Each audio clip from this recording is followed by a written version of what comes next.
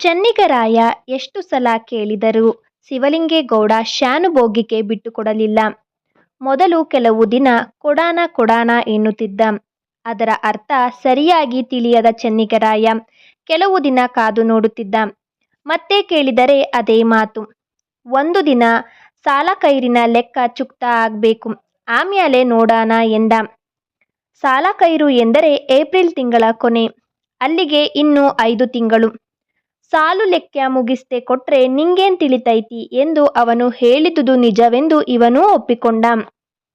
ಮನೆಯಲ್ಲಿ ಬೇರೇನು ಕೆಲಸವಿಲ್ಲ. ಹೆಂಡತಿ ಇನ್ನೂ ಚಿಕ್ಕವಳಾಗಿರುವುದರಿಂದ ಪ್ರಸ್ತವಾಗಿರಲಿಲ್ಲ. ತವರು ಮನೆಯಲ್ಲೇ ಇದ್ದಳು. 2 ವರ್ಷ ಓಚಯ್ಯನವರ ಮಠಕ್ಕೆ ಹೋಗಿದ್ದರೂ ಅಪ್ಪಣ್ಣಯ್ಯನಿಗೆ ಪೂರ್ವಜನ್ಮದ ಶೇಷವಿಲ್ಲುದುದರಿಂದ ವಿದ್ಯೆ ಬರುವುದಿಲ್ಲವೆಂದು ನಿರ್ಣಯಿಸಿ ಓಚಯ್ಯನವರೇ ಅವನನ್ನು ಕೈಬಿಟ್ಟಿದ್ದರು. ಈಗ ಅವನು ತೋಟದ ಬೇಲಿಗಳಲ್ಲಿ ಕಟ್ಟುತ್ತಿದ್ದ ಜೇನು ಬಿಚ್ಚುವುದು, ಎಳನೀರು ಕೆಡವಿ ಕುಡಿಯುವುದರಲ್ಲಿ ಹೊತ್ತು ಕಳೆಯುತ್ತಿದ್ದ. ಮುಂದೆ ಶಾನುಭೋಗನಾಗಬೇಕಾದ ಚೆನ್ನಿಗರಾಯ ಬೆಳಿಗ್ಗೆ ಎದ್ದು ಸ್ನಾನ ಮಾಡಿದ ಮೇಲೆ ತಲೆ ಶೂಲೆ ಬಂದವರು ಪಟ್ಟು ಹಾಕಿಸಿಕೊಳ್ಳುವಷ್ಟು ದಪ್ಪನಾಗಿ ಹಣೆಗೆ ಕಲಸಿದ ವಿಭೂತಿ ಮೆತ್ತಿಕೊಂಡು ಒದ್ದೆ ಲಂಗೋಟಿಯಲ್ಲಿ ಕುಳಿತು ಸಂಧ್ಯಾವಂದನೆ ಮಾಡಿ ಜನಿವಾರದ ಬ್ರಹ್ಮಗಂಟನ್ನು ಕೈಲಿ ಹಿಡಿದು ಓಂ ಸುತ್ ಸುತ್ ಸುತ್ ಸು ಓಂ ಸುತ್ ಸುತ್ ಸುತ್ ಸು ಎಂದು ಏಕತಾನದಲ್ಲಿ ಕೇಳುವಂತೆ ಗಟ್ಟಿಯಾಗಿ 1008 ಗಾಯತ್ರಿ ಹೇಳುತ್ತಿದ್ದ. ಸಾಲಕೈರಿಗೆ ಹೋಗಿ ಕೇಳಿದಾಗ ಶಿವಲಿಂಗೇಗೌಡ ಹೇಳಿದ, ಮ್ಯಾಲಿನ ಹುಕುಂ ಇಲ್ಲದೆ ನಿಂಗೆ ಶಾನುಬಾಕಿ ಹೆಂಗ್ ಕೊಡ್ಲಿ?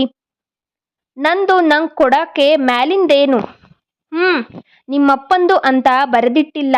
ನಂಗೂ 10 ವರ್ಷ ಅನುಭೋಗ ಬಂತು. ಹೋಗು ನಂತಾವ ಕಿತ್ಕೊಳ್ಳುವಂತೆ. ಚೆನ್ನಿಗರಾಯನಿಗೆ ಈ ಮಾತನ್ನು ಕೇಳಿ ಅಳು ಬಂದಂಗಾಯಿತು.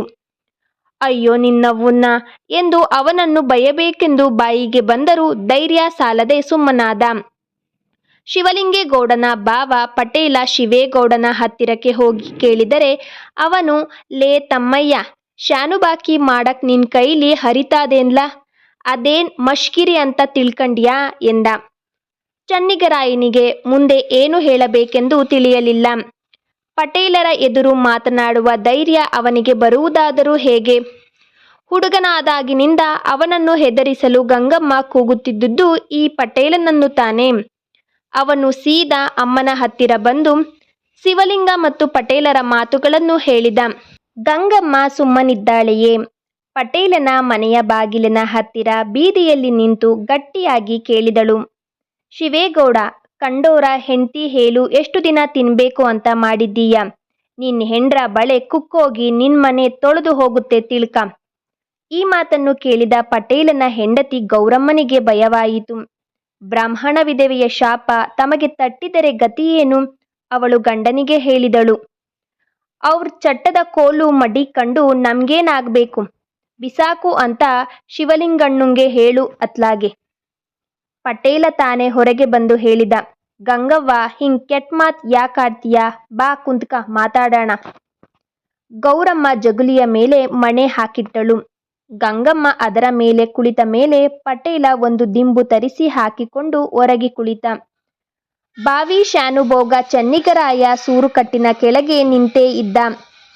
ಪಟೇಲ ಹೇಳಿ ಕಳಿಸಿದ ಮೇಲೆ ಅಲ್ಲಿಗೆ ಬಂದ ಹಾಲಿ ಶಾನುಭೋಗ ಶಿವಲಿಂಗ ಇನ್ನೊಂದು ಜಗುಲಿಯ ಮೇಲೆ ಕಾಲಿನ ಮೇಲೆ ಕಾಲು ಹಾಕಿ ಕೂತುಕೊಂಡ. ಪಟೇಲ ಹೇಳಿದ, ಶಿವ, ಚಾರ್ಜ್ ಕೊಡಾಕ್ ಯಾಕ್ ಆಗಾಕಿಲ್ಲ ಅಂತ ಈ ವಮ್ನೋರ್ಗೆ ವಸಿ ಸಮಜಾಯಿಷಿ ಮಾಡಿ ಹೇಳು. ಶಿವಲಿಂಗ ಗಂಗಮ್ಮನನ್ನು ಕೇಳಿದ, ನಿಮ್ಮ ಮಗನ ವಯಸ್ಸು ಏಟು? 19 ನಡೀತದ್ಯಲ್ಲ. ಹಂಗಂತ ನೀವು ಅಂತೀರ. ಸರ್ಕಾರಿ ದಾಖಲೆಯಲ್ಲಿ ಇನ್ನು 16 ಅಂತಲೇ ಐತೆ. ಅವನಿನ್ನೂ ಮೆಜಾರಿಟಿಗೆ ಬಂದಿಲ್ಲ. ಗೌರ್ಮೆಂಟು ಕೆಲಸ ಹೆಂಗ್ ಕೊಡಕಾಯ್ತದೆ? ಇವನು ಹುಟ್ಟಿದಾಗ ನಮ್ಮನೆಯೋರೇ ಶಾನುಭೋಗಕ್ಕೆ ಮಾಡ್ತಿದ್ರು. ಅವ್ರೇನ್ ಸುಳ್ಳು ಬರ್ದಿರ್ತಾರಾ? ನೆಟ್ಟಗ್ ನೋಡು. ಜನನ ಮರಣ ರಿಜಿಸ್ಟರ್ ನಮ್ತಾವ ಇರಾಕಿಲ್ಲ. ಅದನ್ ನೋಡಾಕೆ ಸರ್ಕಾರಕ್ಕೆ ಫೀಜು ಕೊಡಬೇಕು. ಮೊದ್ಲು 50 ರೂಪಾಯಿ ಕೊಡಿ, ಆಮ್ಯಾಲೆ ತಿಪ್ಟೂರ್ಗೆ ಹೋಗಿ ನೋಡ್ತೀನಿ.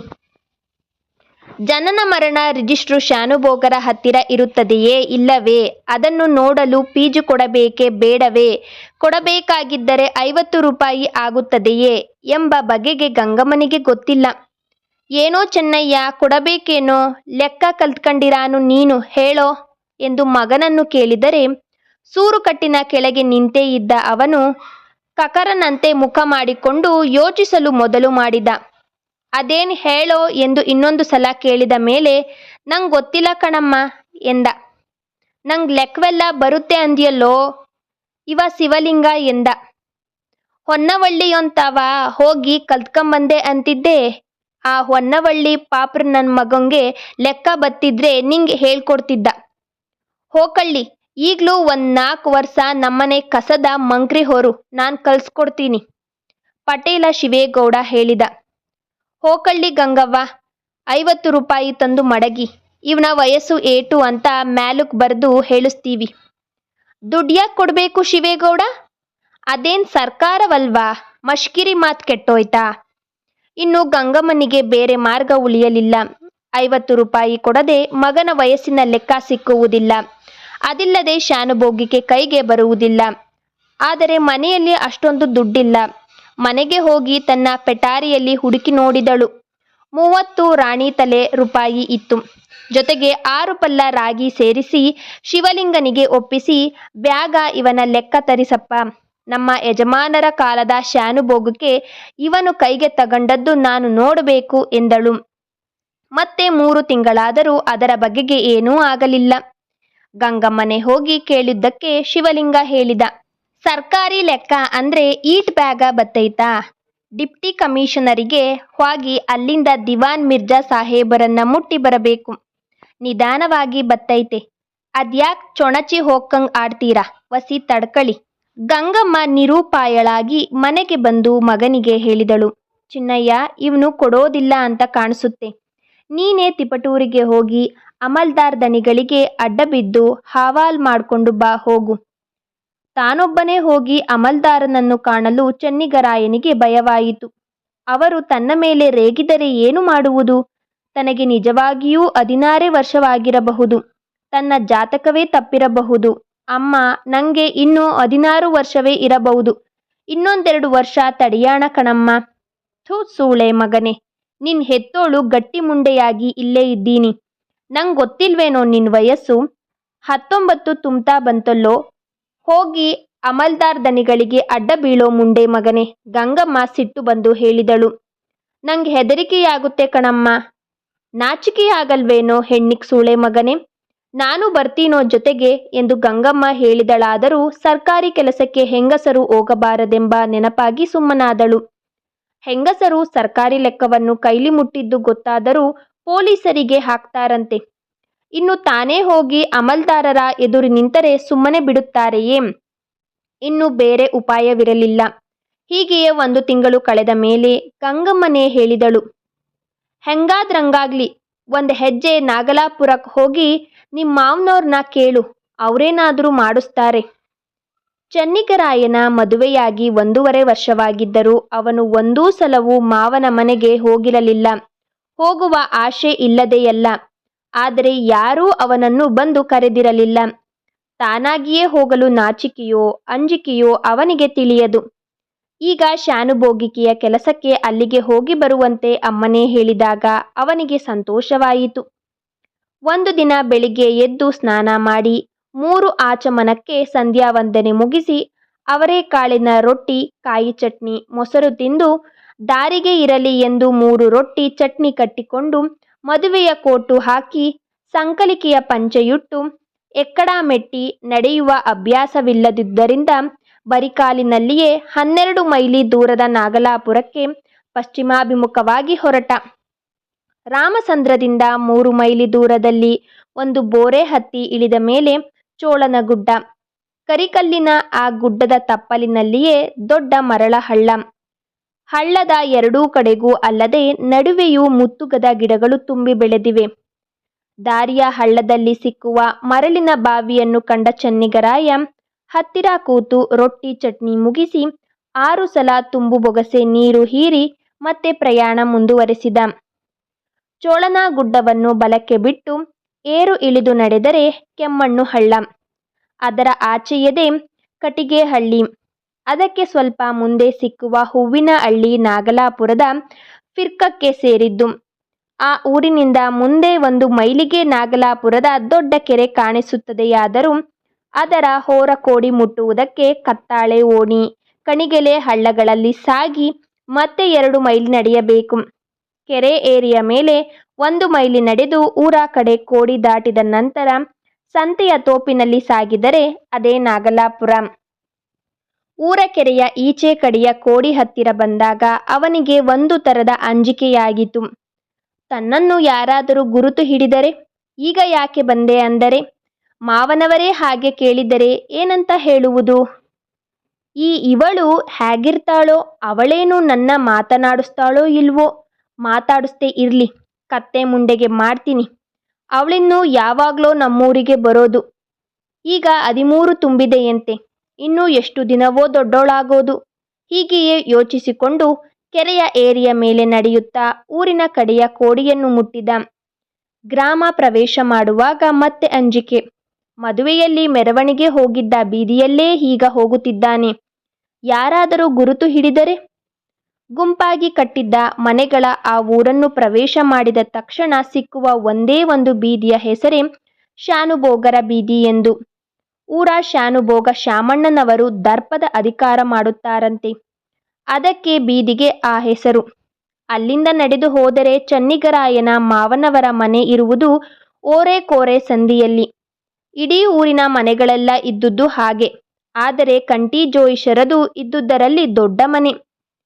ಡವಡವ ಎನ್ನುತ್ತಿದ್ದ ಎದೆಯನ್ನು ಹದಕ್ಕೆ ತಂದುಕೊಂಡು ಅವನು ಅರೆ ತೆರೆದಿದ್ದ ಬಾಗಿಲನ್ನು ನೂಕಿ ಒಳಗೆ ಹೋದರೆ ಯಾವ ಶಬ್ದವೂ ಇರಲಿಲ್ಲ. 1 ನಿಮಿಷ ನಿಂತು ನೋಡಿ ಕೊನೆಗೆ ಧೈರ್ಯ ಮಾಡಿಕೊಂಡು ಗಟ್ಟಿಯಾಗಿ ಕೂಗಿದ. ಯಾರೊಳಗೆ? ಅಡುಗೆ ಮನೆಯಿಂದ ಮುದುಕಿ ಕೇಳಿತು. ಅದ್ಯಾರಪ್ಪ, ಕಾಳೇಗೌಡನೇ? ಅಲ್ಲ, ನಮ್ದು ರಾಮಸಂದ್ರ, ಪೌತಿ ರಾಮಣ್ಣೋರ ಮಗ ಚನ್ನಿಗರಾಯ ಅಂದ. ಬಾರಪ್ಪ ಬಾ ಬಾ ಎಂದು ಅಜ್ಜಿ ಒಳಗಿನಿಂದ ಓಡಿ ಬಂದಿತು. ಒಂದು ಮಂದಲಿಕೆ ಹಾಕಿ ಕೂತುಕೋ ಎಂದು ಹೇಳಿ ಒಳಗಿನಿಂದ ಒಂದು ದೊಡ್ಡ ತಾಮ್ರದ ಪಂಚಪಾತ್ರೆಯ ತುಂಬ ಗಂಗೋದಕ ತಂದು ಮುಂದಿಟ್ಟು, ಊರ್ನಲ್ಲಿ ಎಲ್ಲ ಚೆನ್ನಾಗಿದ್ದಾರಾ ಎಂದು ಕೇಳುತ್ತಿರುವಾಗ ಹಿತ್ತಲ ಬಾಗಿಲಿಂದ ಚನ್ನಿಗರಾಯನ ಹೆಂಡತಿ ಒಗೆದು ಹಿಂಡಿದ ಒಂದು ಹಸಿರು ಸೀರೆ ಮತ್ತು ರೌಕೆಗಳನ್ನು ಕೈಲಿ ಹಿಡಿದುಕೊಂಡು ಏನೂ ತಿಳಿಯದೆ ಒಳಗೆ ಬಂದು ಒಳಗಿನ ಮಬ್ಬುಗತ್ತಲೆಯಲ್ಲಿ ಈ ಅಂಗತುಂಕನಿರುವುದು ತಿಳಿಯದೆ ಹಿಂಡಿದ ಸೀರೆಯನ್ನು ಕೊಡವಲು ಅಲ್ಲಿಯೇ ನಿಂತುಕೊಂಡಳು. ನಂಜ, ನಿನ್ನ ಗಂಡ ಬಂದಿದ್ದಾನೆ, ಅಲ್ಲಿ ಕೂತಿದ್ದಾನೆ, ಕತ್ಲೆಯಲ್ಲಿ ಕಾಣಲಿಲ್ವೇ ಎಂದು ಅಜ್ಜಿ ಹೇಳಿದುದೇ ತಡ. ಕೊಡುವುತ್ತಿದ್ದ ಸೀರೆ ಹೆಜ್ಜೆಗೆ ಸಿಕ್ಕಿ ತಾನು ತೊಡರಿ ಬೀಳುವುದನ್ನು ಲೆಕ್ಕಿಸದೆ ಅವಳು ಹಿತ್ತಲು ಬಾಗಿಲಿಂದ ಓಡಿ ಹೋಗಿಬಿಟ್ಟಳು. ಅಜ್ಜಿಯೇ ಮನೆಯ ಅಳಿಯನಿಗೆ ಕೈಕಾಲು ತೊಳೆದುಕೊಳ್ಳಲು ನೀರು ಕೊಟ್ಟು ಬಿಸಿಯಾಗಿ ಮಜ್ಜಿಗೆ, ಪಳದ್ಯ, ಹಪ್ಪಳ, ಉಪ್ಪಿನಕಾಯಿ, ತುಪ್ಪ, ಮೊಸರಿನ ಊಟ ಬಡಿಸಿತು. ಅಜ್ಜಿ ಬೇಡವೆಂದರೂ ಚನ್ನಿಗರಾಯನೇ ಪರವಾಗಿಲ್ಲ ಹಾಕಿ ಎಂದು ಹೇಳಿ 1.5 ಮುದ್ದೆ ಹಿಟ್ಟು ಬಡಿಸಿಕೊಂಡು ಊಟ ಮಾಡಿದ. ಊಟವಾದ ಮೇಲೆ ತಿಳಿಯಿತು, ಮಾವನವರು ಸಾಮಾನ್ಯವಾಗಿ ಊರಿನಲ್ಲಿರುವುದೇ ಇಲ್ಲ. ಚನ್ನರಾಯಪಟ್ಟಣ, ನರಸೀಪುರ, ಹಾಸನ ಹೀಗೆ ಕುದುರೆಯ ಮೇಲೆ ತಿರುಗುತ್ತಿರುತ್ತಾರೆ. ಈ ಸಲ ಹೋಗಿ 20 ದಿನವಾಯಿತು. 2-3 ದಿನದಲ್ಲಿ ಬರಬಹುದು. ಇನ್ನು ಇಲ್ಲಿಗೆ ಬಂದ ಮೇಲೆ ಅವರನ್ನು ಕಂಡು ತಾಜಾ ಕಲಂ ಮಾತನಾಡದೆ ಹೋಗುವಂತಿಲ್ಲ. ಅಜ್ಜಿಯೂ ಇರುವಂತೆ ಬಲವಂತ ಮಾಡಿತು. ಚನ್ನಿಗರಾಯ ಉಳಿದ. ಅಕ್ಕಪಕ್ಕದ ಗಂಡಸರು ಬಂದು ಅವನನ್ನು ತಿರುಗಾಡಲು ಕರೆದೊಯ್ದು ಕಂಟಿ ಜೋಯಿಸರ ಹೊಲ ಗದ್ದೆಗಳನ್ನು ತೋರಿಸಿಕೊಂಡು ಬಂದರು. ಮರುದಿನ ಬೆಳಿಗ್ಗೆ ಅಜ್ಜಿಯೇ ಅವನಿಗೆ ಎಣ್ಣೆ ಒತ್ತಿ ನೀರು ಹಾಕಿತು. ಆದರೆ ನಂಜಮ್ಮ ಮಾತ್ರ ಕಾಣಿಸಿಕೊಳ್ಳುತ್ತಿರಲಿಲ್ಲ. ಮಬ್ಬುಗತ್ತಲಿನಲ್ಲಿ ಒಗೆದ ಸೀರೆ ಕೊಡುವುತ್ತಿದ್ದಾಗ ಅವಳನ್ನು ನೋಡಿದುದು ಅಷ್ಟೇ. ತಾನಾಗಿಯೇ ಅಕ್ಕಪಕ್ಕದ ಮನೆಗೆ ಹೋಗಲು ಅವನಿಗೆ ಅಂಜಿಕೆಯೋ ಅಥವಾ ಮುಖೇಡಿತನವೋ ಹೊತ್ತು ಹೋಗುತ್ತಿರಲಿಲ್ಲ. ಊರಿನಲ್ಲಿಯಂತೆಯೇ ಅವನು ಇಲ್ಲಿಯೂ ಬೆಳಗ್ಗೆ ಸ್ನಾನ ಮಾಡಿ ಹಣೆಗೆ ವಿಭೂತಿಯ ಪಟ್ಟು ಬಿಗಿದು ಒದ್ದೆ ಲಂಗೋಟಿಯ ಬದಲು ಒದ್ದೆ ಚೌಕಟ್ಟು ಕೂತು ಸಂಧ್ಯಾವಂದನೆಯ ಜೊತೆಗೆ 1008 ಗಾಯತ್ರಿ ಮಾಡಿದ. ಇದನ್ನು ಕಂಡ ಅಜ್ಜಿಗೆ ಹಿಡಿಸಲಾರದಷ್ಟು ಹಿಗ್ಗು. 4ನೇ ದಿನ ನಡುರಾತ್ರಿಯ ಸಮಯವಾಗಿತ್ತು. ಇದ್ದಕ್ಕಿದ್ದ ಹಾಗೆಯೇ ಬೀದಿಯ ನಾಯಿಗಳು ಬಗುಳತೊಡಗಿದವು. ಎಲ್ಲಿಂದಲೋ ಕಟಕಟ ಸದ್ದು ಕೇಳಿಸಿತು. ನಾಯಿಗಳ ಕೂಗು ಹೆಚ್ಚಾಯಿತು. ನಡುವೆಯೇ ತೇರಿ ಬಾಂಚೌತ್ ಎಂಬ ಶಬ್ದ. ಕಟಕಟ ಸದ್ದು ಇವರ ಮನೆಯ ಹತ್ತಿರಕ್ಕೆ ಬಂದು ಯಾರೋ ಮನೆಯ ಬಾಗಿಲನ್ನು ಬಡಿದಂತಾಯಿತು. ಜೊತೆಗೆ ನಂಜಾ ಬಾಗಿಲು ತೆಗಿ ಎಂದು ಕೂಗಿದ್ದು ಕೇಳಿಸಿತು. ಅವರೇ ಮಾವನವರು ಎಂದು ಧ್ವನಿಯಿಂದ ಚೆನ್ನಿಗರಾಯನಿಗೆ ತಿಳಿಯಿತು. ತಾನೇ ಎದ್ದು ಬಾಗಿಲು ತೆಗೆಯಲು ಒಂದು ರೀತಿಯ ಅಂಜಿಕೆ. ಸುಮ್ಮನೆ ಕಂಬಳಿ ಮುಸುಕು ಹಾಕಿಕೊಂಡು ಅದರೊಳಗೆ ಸಹ ಕಣ್ಣು ಮುಚ್ಚಿ ಮಲಗಿಬಿಟ್ಟ. ಬಂದಿರುವವರು ತಂದೆ ಎಂಬುದು ಅಡುಗೆಯ ಮನೆಯಲ್ಲಿ ಅಜ್ಜಿಯ ಜೊತೆ ಮಲಗಿದ್ದ ನಂಜಮ್ಮನಿಗೆ ತಿಳಿಯಿತು. ಆದರೆ ಗಂಡ ಹೊರಗಿನ ಪಡಸಾಲೆಯಲ್ಲಿ ಮಲಗಿದ್ದುದರಿಂದ ತಾನೇ ಹೋಗಿ ಬಾಗಿಲು ತೆಗೆಯಲು ನಾಚಿಕೆಯಾಗಿ ಅವಳು ಅಜ್ಜಿಯನ್ನು ತಿವಿದು ಎಬ್ಬಿಸಿದಳು. ಸೀಮೆ ಎಣ್ಣೆಯ ಬುಡ್ಡಿ ಹೊತ್ತಿಸಿ ಬಂದು ಅಜ್ಜಿ ಬಾಗಿಲು ತೆಗೆಯಿತು. ಕುದುರೆಯನ್ನು ಈ ಬಾಗಿಲಿನ ಒಳಗಿನಿಂದಲೇ ಹಿತ್ತಿಲು ಕಡೆಗೆ ಕರೆದುಕೊಂಡು ಹೋಗಿ ಕಟ್ಟಿ ಬಂದು ಕಂಟಿ ಜೋಯಿಸರು ಹೇಳಿದರು. ಇದ್ಯಾರು ಮಲಗಿರೋರು? ಚೆನ್ನಿಗರಾಯ ಬಂದಿದ್ದಾನೆ. 4 ದಿನವಾಯಿತು. ನಿನ್ನೆ ಕಾಯ್ತಿದ್ದ. ಚೆನ್ನಿಗರಾಯ ಎಂದು ತಲೆಯ ಮೇಲೆ ಹೊಡೆದಂತಹ ಧ್ವನಿಯಲ್ಲಿ ಒಂದು ಸಲ ಜೋಯಿಸರು ಕೂಗಿದರು. ನಿದ್ದೆ ಬಂದಿದೆ ಏನೋ, ಎಬ್ಬಿಸ್ಬೇಡ ಎಂದು ಅಜ್ಜಿ ಹೇಳಿದ ಮೇಲೆ ಅವರು ಸುಮ್ಮನಾದರು. ಊಟವಾಗಿದ್ದುದರಿಂದ ತಿನ್ನಲು ಏನೂ ಬೇಡವೆಂದರು. ಒಂದು ಸಲ ಹೊಗೆ ಸೊಪ್ಪು ಹಾಕಿಕೊಂಡ ಮೇಲೆ ಹಾಸಿಗೆ ಹಾಕಿಕೊಡಲು ಮಗಳನ್ನು ಎಬ್ಬಿಸದೆ ತಾವೇ ಪಡಸಾಲೆಯಲ್ಲಿ ಚೆನ್ನಿಗರಾಯ ಮಲಗಿದ್ದ ಪಕ್ಕದ ಅಂಕಣದಲ್ಲಿ ಜಾನ ಎಳೆದುಕೊಂಡು ತಮ್ಮ ಬೂಟ್ಸು, ಕೋಟು, ನಿಕ್ಕರುಗಳನ್ನು ತೆಗೆದು ಪಂಚೆಯುಟ್ಟು ಮಲಗಿದರು. ಬೆಳಗ್ಗೆ 10 ಗಂಟೆಗೆ ಎದ್ದು ಅವರು ಅಳಿಯನ ಸಮಾಚಾರ ವಿಚಾರಿಸಿದರು.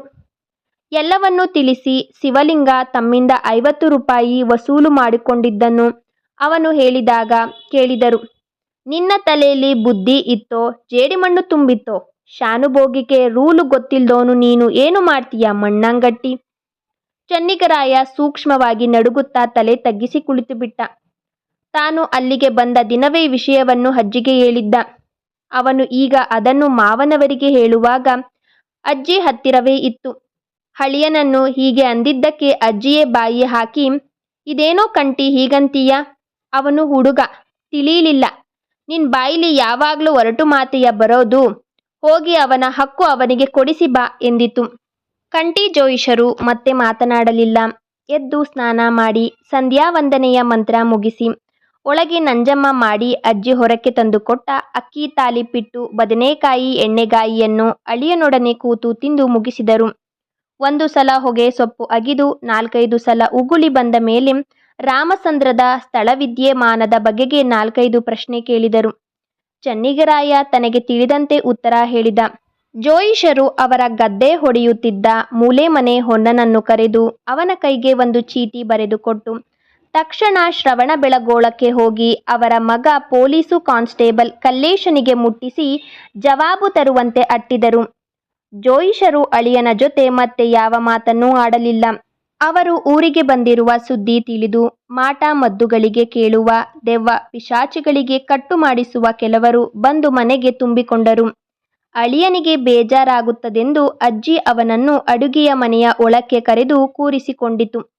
ನಂಜಮ್ಮ ಪೆಟ್ಟೆಯ ಮನೆಗೆ ಹೋದಳು.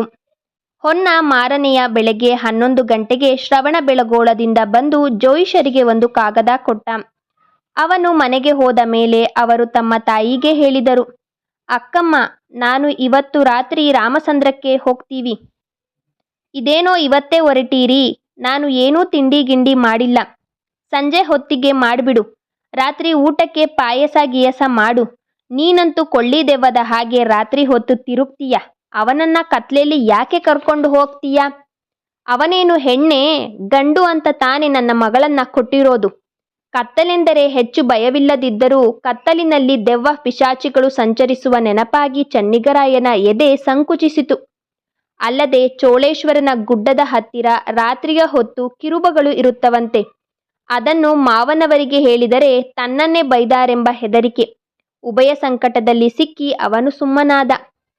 ಅಜ್ಜಿ ಗಡಿಬಿಡಿಯಲ್ಲಿಯೇ ಕೋಡುಬಳೆ ಬೇಯಿಸಿತು.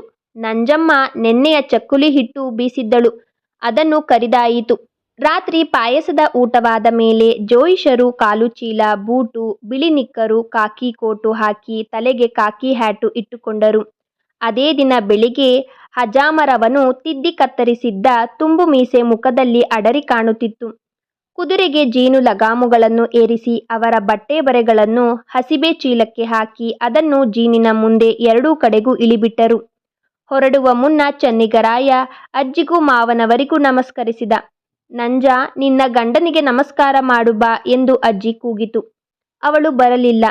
ಎರಡನೆಯ ಸಲ ಕಂಟಿಯೇ ಕೂಗಿದ ಮೇಲೆ ಬಂದು ದೂರದಿಂದ ನೆಲಮುಟ್ಟಿ ನಮಸ್ಕಾರ ಮಾಡಿ ಹೊರಟು ಹೋದಳು. ಹೆಂಡತಿಯನ್ನು ನೋಡಬೇಕೆಂದು ಚನ್ನಿಗರಾಯ ಆಶೆಪಟ್ಟನಾದರೂ ಮಾವನವರು ಎದುರಿಗೆ ಇದ್ದುದರಿಂದ ಭಯಪಟ್ಟು ಕಣ್ಣುಗಳನ್ನು ಆ ಕಡೆ ಹೊರಳಿಸಲಿಲ್ಲ. ರಾತ್ರಿ 10 ಗಂಟೆಯ ಹೊತ್ತಿಗೆ ಅವರು ಮನೆ ಬಿಟ್ಟರು. ಆ ದಿನವೇ ಅಮಾವಾಸ್ಯೆಯಾಗಿದ್ದುದರಿಂದ ಎಲ್ಲೆಲ್ಲಿಯೂ ಗಾಢ ಕತ್ತಲೆ ಕವಿದಿತ್ತು. ಊರಿನಿಂದ ಹೊರಗೆ ಬಂದ ಮೇಲೆ ಜೋಯಿಸರು ಅಳಿಯನಿಗೆ, ನೀನು ಕುದುರೆ ಹತ್ತು, ಇಬ್ಬರು ಕುತ್ಕೊಳ್ಳೋಣ ಎಂದರೆ ಅವನು, ನಂಗೆ ಅಭ್ಯಾಸವಿಲ್ಲ, ಹೆದರಿಕೆಯಾಗುತ್ತೆ ಅಂದ. ನಾನು ಹಿಡ್ಕೊಂಡಿರ್ತೀನಿ ಎಂದರೆ, ನೀವೇನಾರ ಅನ್ನಿ, ನನ್ನ ಕೈಲಿ ಆಗೋದೇ ಇಲ್ಲ ಎಂದು ಹಠ ಹಿಡಿದ. ಆಯ್ತು, ನಡೆದೇ ಹೋಗೋಣ್ಬಾ ಎಂದು ಅವರು ಕಾಳ ಕತ್ತಲೆಯಲ್ಲೂ ಸ್ಪಷ್ಟವಾಗಿ ದಾರಿ ಕಾಣುತ್ತಿರುವಂತೆ ದಾಪುಗಾಲು ಹಾಕಿದರು. ಹಿಂದೆ ಕುದುರೆ ಬರುತ್ತಿತ್ತು. ಅದರ ಹಿಂದೆ 4 ಮಾರು ದೂರದಲ್ಲಿ ಚನ್ನಿಗರಾಯ ಓಡಿ ಓಡಿ ಬರುತ್ತಿದ್ದ. ಮಾವನವರು ಮೌನವಾಗಿ ನಡೆಯುತ್ತಿದ್ದರು. ಅಳಿಯನಿಗೆ ಕಸಿವಿಸಿ ಮಾತ್ರವಲ್ಲ, ಹೆದರಿಕೆಯೂ ಆಗುತ್ತಿತ್ತು. ಕತ್ತಲೆಯಲ್ಲಿ ಸುತ್ತಲೂ ಬೀಸುತ್ತಿದ್ದ ಗಾಳಿ ಸುಯ್ ಎನ್ನುತ್ತಿತ್ತು. ಅವರು ಕೆರೆ ಏರಿ ದಾಟಿ ಹೂವಿನಹಳ್ಳಿ, ಕಟ್ಟಿಗೆಹಳ್ಳಿಯನ್ನು ಹಿಂದೆ ಹಾಕಿ ಚೋಳೇಶ್ವರನ ಗುಡ್ಡದ ಪಶ್ಚಿಮದ ಕಿಬ್ಬಿಗೆ ಮೊದಲು ಸಿಕ್ಕುವ ಕೆಮ್ಮಣ್ಣು ಹಳ್ಳವನ್ನು ದಾಟುತ್ತಿದ್ದರು. ಆಗಲೇ 8 ಮೈಲಿಯ ದಾರಿ ಕಳೆದಿತ್ತು. ಕಂಟಿ ಜೋಯಿಸರು ಮುಂದೆ ಮುಂದೆ ನಡೆಯುತ್ತಿದ್ದರು. ಅವರ ಹಿಂದೆ ಎತ್ತರವಾದ ಬಿಳಿ ಕುದುರೆ. ಹಿಂದೆ ಹಿಂದೆ ಸೋತ ಕಾಲಿನಲ್ಲಿ ಅರ್ಧ ಭಾಗ ಓಡುತ್ತಾ ಅರ್ಧ ಭಾಗ ನಡೆಯುತ್ತಾ ಬರುತ್ತಿದ್ದ ಚನ್ನಿಗರಾಯನಿಗೆ ಕುದುರೆಯ ಬಿಳಿ ಬಣ್ಣವು ಕತ್ತಲೆಯಲ್ಲಿ ಮಬ್ಬಾಗಿ ಕಾಣುತ್ತಿತ್ತು. ಮಾವನವರು ಇದ್ದಕ್ಕಿದ್ದ ಹಾಗೆಯೇ ನಿಂತರು. ಕುದುರೆಯೂ ನಿಂತಿತು. ಇನ್ನೇನು ಕುದುರೆಯ ಹಿಂಭಾಗಕ್ಕೆ ಡಿಕ್ಕಿ ಹೊಡೆಯಬೇಕು ಎನ್ನುವಷ್ಟರಲ್ಲಿ ಅಳಿಯನೂ ನಿಂತ. ಸ್ವಲ್ಪ ದೂರ ಮುಂದೆ ಅವರ ದಾರಿಯ ಬಲಭಾಗದಲ್ಲಿ ಬೆಳಕು ಕಾಣಿಸುತ್ತಿತ್ತು. ಸ್ವಲ್ಪ ಮುಂದೆ ಬಾ ಎಂದು ಮಾವ ಕರೆದರು. ಅವನು ಕುದುರೆಯನ್ನು ಬಳಸಿಕೊಂಡು ಅವರ ಹತ್ತಿರ ಹೋದ. ಬೆಳಕಿನ ಕಡೆಗೆ ಕೈ ತೋರಿಸಿ, ಅಲ್ಲಿ ನೋಡು ಎಂದರು. ನೋಡಿದುದೇ ತಡ. ಅವನಿಗೆ ಮೈ ಬೆವೆತು ಹೋಗಿ ಕೈಕಾಲು ನಡುಗಲು ಮೊದಲಾಯಿತು. ಸುಮಾರು ಸೊಂಟದೆತ್ತರದ ಒಂದು ಕಾಳಿಯ ವಿಗ್ರಹ ವೀರಮಂಡಿ ಹಾಕಿಕೊಂಡು ನಿಂತಿದೆ. ತೆರೆದ ಬಾಯಿಯಿಂದ ರಕ್ತರಂಜಿತವಾದ ಅದರ ನಾಲಿಗೆಯು ಹೊರಕ್ಕೆ ಇಳಿಬಿದ್ದು ರಕ್ತವನ್ನು ನೆಕ್ಕುತ್ತಿರುವಂತೆ ಇದೆ. ಕೊರಳಿಗೆ ಕೆಂಪು ಕಣಿಗಲೆ ಹೂವಿನ ದೊಡ್ಡ ಮಾಲೆ. ಎರಡೂ ಕಡೆಗೂ ಮಣ್ಣಿನ ಹಣತೆಯ ದೀಪಗಳು ಕಕ್ಕಡದಂತೆ ಉರಿಯುತ್ತಿವೆ. ಎದುರಿಗೆ 3 ಕೋಳಿಗಳು ತಲೆ ಕಡಿಯಲ್ಪಟ್ಟು ಬಿದ್ದಿವೆ. ಪಕ್ಕದಲ್ಲಿಯೇ ಕತ್ತರಿಸಿದ ಬೂದುಗುಂಬಳಕಾಯಿಯ 2 ಹೋಳುಗಳು, 3 ಚಿಪ್ಪು ಬಾಳೆಯ ಹಣ್ಣುಗಳು. ಎಲ್ಲೆಲ್ಲಿಯೂ ಯಥೇಚ್ಛವಾಗಿ ಕುಂಕುಮವನ್ನು ಚೆಲ್ಲಾಡಿದೆ. ಅರಿಶಿನ ಕುಂಕುಮವು ಕಾಳಿಯ ಮೈಮೇಲೆಲ್ಲ ಸವರಲ್ಪಟ್ಟಿದೆ. ಹಸಿ ನೂಲು, ತಾಮ್ರದ ತಗಡು, ತಾಯಿತ ಮನುಷ್ಯರದೋ ಅಥವಾ ಪ್ರಾಣಿಗಳದೋ ಎಲುಬು ಸುತ್ತಲೂ ಬಿದ್ದಿವೆ. ಜಡವಾಗುತ್ತಿದ್ದ ಕತ್ತಲೆಯನ್ನು ಸೀಳಿ ನಿಂತ ಕೆಂಡದಂತೆ ಕಾಣುತ್ತಿತ್ತು ಅದು. ನೋಡುದ್ಯಾ? ಮಾವನವರು ಕೇಳಿದರು. ಹೂಂ ಎಂದು ಹೇಳುವುದಕ್ಕೂ ಅಳಿಯನ ನಾಲಿಗೆ ತೊದಲುತ್ತಿತ್ತು. ನೋಡು, ಅಲ್ಲಿಗೆ ಹೋಗಿ ಆ ಬಾಳೆಹಣ್ಣಿನ ಚಿಪ್ಪುಗಳನ್ನು ತಗಂಡು ಬಾ.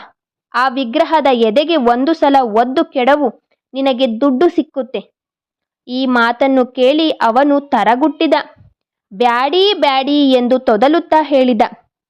ಹಾಗಾದ್ರೆ ನೀನು ಕುದುರೆ ಲಗಾಮು ಹಿಡ್ಕೋ ಎಂದು ಅವರು ಅದನ್ನು ಅವನ ಕೈಲಿ ಕೊಟ್ಟು ಮುಂದೆ ಹೋದರು. ನೇರವಾಗಿ ಹತ್ತಿರ ಹೋಗಿ ಬಾಳೆಹಣ್ಣಿನ ಚಿಪ್ಪುಗಳನ್ನು ಕೈಗೆ ತೆಗೆದುಕೊಂಡು 2 ನಿಮಿಷ ಪರಿಶೀಲಿಸುವಂತೆ ವಿಗ್ರಹವನ್ನು ನೋಡಿ, ನಂತರ ಅದರ ಭುಜಗಳು, ನಾಲಿಗೆ, ತಲೆ, ವೀರಮಂಡಿಯ ಚಿಪ್ಪುಗಳ ಮೇಲೆ ಕೈ ಹಾಕಿ ಅದೇನೋ ತೆಗೆದುಕೊಂಡರು. ಬೆಳ್ಳಿಯ ರೂಪಾಯಿ ನಾಣ್ಯಗಳಿರಬೇಕು. ನಂತರ ತಮ್ಮ ಎಡಗಾಲಿನ ಬೂಟ್ಸಿನಿಂದ ಅದರ ಎದೆಗೆ ಒದೆದರು. ಅದು ಮುರಿದು ಬಿತ್ತು. ಬಿದ್ದ ಜಾಗದಲ್ಲಿಯೇ ಕೆಲವು ನಾಣ್ಯಗಳು ಉದುರಿದವು. ಅದರೊಡನೆಯೇ ಒಂದು ಚಿನ್ನದ ಕಾಸೋ ಎಂಥದೋ ಇದ್ದಂತೆ ತೋರಿತು. ಅವೆಲ್ಲವನ್ನು ಆರಿಸಿ ಜೇಬಿಗೆ ಹಾಕಿಕೊಂಡು ಹಿಂತಿರುಗಿ ಬಂದು ಕುದುರೆಯ ಲಗಾಮು ಹಿಡಿದುಕೊಂಡು ನಡಿ ಎಂದು ಹೇಳಿ ಮುಂದೆ ಹೊರಟರು. ಈಗಲೂ ಕಂಟಿ ಜೋಯಿಸರು ಮುಂದೆ, ನಡುವೆ ಕುದುರೆ, ಚನ್ನಿಗರಾಯ ಹಿಂದೆ ಆದರು. ಮಾರಿಯ ವಿಗ್ರಹದ ಕಡೆಗೆ ಅವನು ಉಳಿದ. ಆ ಕಡೆಗೆ ಹಿಂತಿರುಗಿ ನೋಡಲು ಭಯ. ನೋಡದಿದ್ದರೆ ಅದು ತನ್ನನ್ನೇ ಹಿಂಬಾಲಿಸಿ ಬರುತ್ತಿದ್ದು ಬೆನ್ನ ಮೇಲೆ ಅಪ್ಪಳಿಸಿ ಕುತ್ತಿಗೆ ಹಿಡಿದೀತೆಂಬ ಹೆದರಿಕೆ. ಜೊತೆಗೆ ಮೌನವೂ ಮೊದಲಿನಂತೆಯೇ ಗುಡುತ್ತಿತ್ತು. ಮಾವನವರು ಮಾತನಾಡದೆ ದೆವ್ವದಂತೆ ದುಡುದುಡು ವೇಗದಲ್ಲಿ ನಡೆಯುತ್ತಿದ್ದಾರೆ. ಏನಾದರೂ ಮಾತನಾಡಿದರೆ ಭಯ ಕಡಿಮೆಯಾದೀತೆಂದು ಅವನು ಕೇಳಿದ. ಅದೆಂಥದ್ರಿ ಅದು? ಇವತ್ತು ಅಮಾವಾಸ್ಯೆಯಲ್ವೇ? ಅದುದಕ್ಕೇನು ಮಮ್ಮಾಡಿಸ್ತಾರೆ? ಯಾರಿಗೋ ಮಾಟ ಮಾಡಿಸಿದ್ದಾರೆ. ಕರಿಗೇರಿ ವೀರಚಾರಿ ಅಂತ ಇದ್ದಾನೆ, ಅವನೇ ಇಂಥದ್ನೆಲ್ಲ ಮಾಡೋನು. ಈಗ ಮಾಡ್ಸೋರ ಎದುರಿಗೆ ಹೀಗೆಲ್ಲ ಮಾಡಿಸಿ ಅವರ ಜೊತೆಲೇ ಅವನು ಹೋಗಿದ್ದಾನೆ. ಆಮ್ಯಾಲೆ ಬಂದು ವಿಗ್ರಹದೊಳಗೆ ನಾಲಿಗೆ ಮ್ಯಾಲೆ ಭುಜದ ಮ್ಯಾಲೆ ಇಟ್ಟ ದುಡ್ಡು ಬಾಳೆಹಣ್ಣು ಎಲ್ಲಾನು ತಗೊಂಡು ಹೋಗ್ತಾನೆ. ಇವತ್ತು ವಾಪಸ್ ಬಂದು ನೋಡ್ಲಿ, ಅವನಿಗೆ ಸಿಕ್ಕುತ್ತೆ ಮಣ್ಣಾಗ್ ಗಟ್ಟಿ. ಆಹಾ, ಅದನ್ನ ಮುಟ್ಟಿ ತಗೊಂಡ್ರಲ್ಲ, ನಿಮ್ಗೇನೂ ಆಗಲ್ವೇ? ಎದೆ ಮುಟ್ಟಿ ನೋಡ್ಕೋಬೇಕು. ಅದು ಗಟ್ಟಿಯಾಗಿದ್ರೆ ಒಂದು ಕೂದಲು ಕಿತ್ಕೊಳಕ್ ಆಗಲ್ಲ. ಇಲ್ದೇ ಇದ್ರೆ ರಕ್ತ ಕರ್ಕಂಡ್ ಬಿದ್ದು ಸಾಯುವಂತ ಹೆಣ್ಣಿಂಗ್ ನನ್ನ ಮಕ್ಕಳು ಇರ್ತಾರೆ. ಕೊನೆಯ ಮಾತನ್ನು ಕೇಳಿ ಚನ್ನಿಗರಾಯನಿಗೆ ಹೆದರಿಕೆ ಆಯಿತು. ಅಷ್ಟರಲ್ಲಿ ಗುಡ್ಡದ ತಿಟ್ಟು ಕಳೆದು ಮಾಟ ಮಾಡಿಸಿದ್ದ ಆ ಸ್ಥಳವು ಕಣ್ಣಿಗೆ ಕಾಣದಷ್ಟು ಹಿಂದೆ ಹೋಗಿತ್ತು. ಅವನು ಒಂದು ಸಲ ಧೈರ್ಯ ಮಾಡಿ ಹಿಂದಕ್ಕೆ ತಿರುಗಿ ನೋಡಿದ. ಕತ್ತಲಿನ ಕಪ್ಪು ವಿನಾ ಮತ್ತೆ ಏನೂ ಕಾಣುತ್ತಿರಲಿಲ್ಲ. ಆಗಲೇ ಗುಡ್ಡದ ಇಳಿವು ಪ್ರಾರಂಭವಾಗಿತ್ತು. ಮುತ್ತುಗದ ಮರಗಳ ಹಳ್ಳವು ಕಳೆಯುತ್ತಾ ಬಂದಿತ್ತು. ಇಡೀ ದಾರಿಯು ಚಿರಪರಿಚಿತವಾಗಿದ್ದಂತೆ ಮಾವನವರು ದಡದಡನೆ ನಡೆದು ಸಾಗುತ್ತಿದ್ದರು. ಮುಂದಿನ ಭಾಗವನ್ನ ಮುಂದಿನ ವಿಡಿಯೋದಲ್ಲಿ ಕೇಳೋಣ.